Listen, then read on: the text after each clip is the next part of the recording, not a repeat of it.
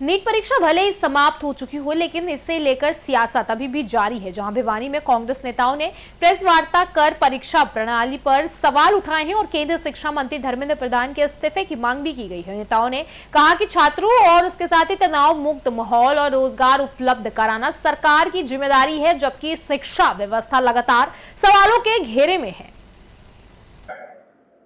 कोटा में राहुल गांधी जी ने पूरे देश के छात्रों और युवाओं की आवाज उठाई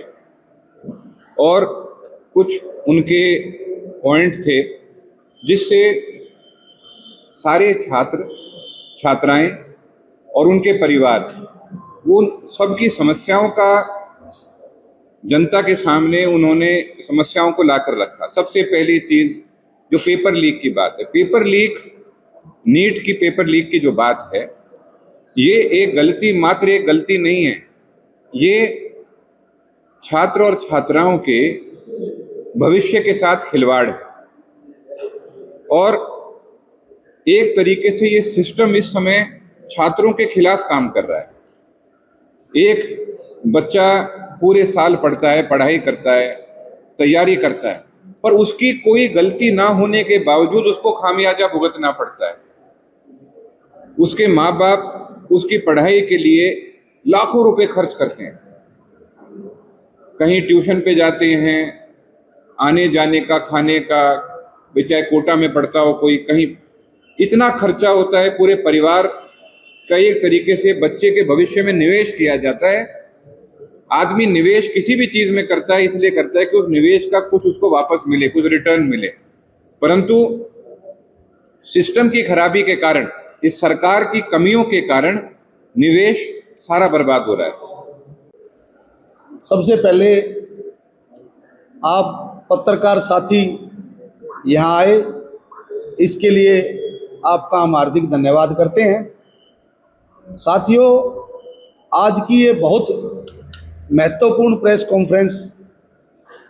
जो AICC द्वारा हमें दिशा निर्देश दिए गए हैं कि 25 तारीख तक सभी जिलों में, हरियाणा में सभी जिला अध्यक्ष एक प्रेस कॉन्फ्रेंस करेंगे, उसके लिए आज हमने आपको बुलाया है। इस प्रेस कॉन्फ्रेंस का आज का मुद्दा जो नीट परीक्षा अपने अब पिछले कुछ दिनों पहले हुई थी, जो सरकार के जो मंत्री और सरकार में बैठे जो चोर अफसर हैं, जिनके कारण ये नीट का पेपर लीक हुआ और इससे लाखों बच्चों का भविष्य अंधकार में हो गया। आप सबको पता है कि ये नीट घोटाला जब हुआ, इसके बाद कितने हमारे देश के होनहार बच्चों ने सुसाइड किया और इस देश में वो माहौल पैदा हुआ कि माता पिता, परिवार के लोग ये सोचने लगे कि हम इतने महंगे कॉलेजों में एडमिशन, स्कूलों में एडमिशन करवा के अपने बच्चों को पढ़ाएं या नहीं, क्योंकि इतना पढ़ने के बाद, लाखों रुपए खर्च करने के बाद जब बच्चा एग्ज़ाम देने जाता है और उसको बाद में पता चलता है कि एग्ज़ाम लीक होने के कारण रद्द हो गया है, तो स्वाभाविक ही बच्चे गलत कदम उठाने की ओर बढ़ जाते हैं।